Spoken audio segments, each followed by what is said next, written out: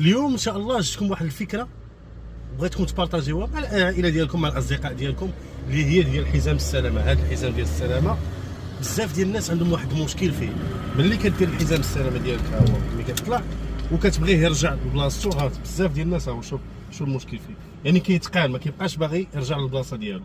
والمشكل اخويا بسيط، هو هاد البلاصه هادي، هاد البلاصه اللي كيكون ديال السمطه مع كثره الاستخدام كيولي فيه واحد الاحتكاك، كتولي ديك هاد البلاصه هادي هنا حرشه وما كترجعش هاد السمطه هادي بكل سهوله. داكشي علاش اليوم ان شاء الله خاصكم ديروا واحد القضيه ساهله بسيطه.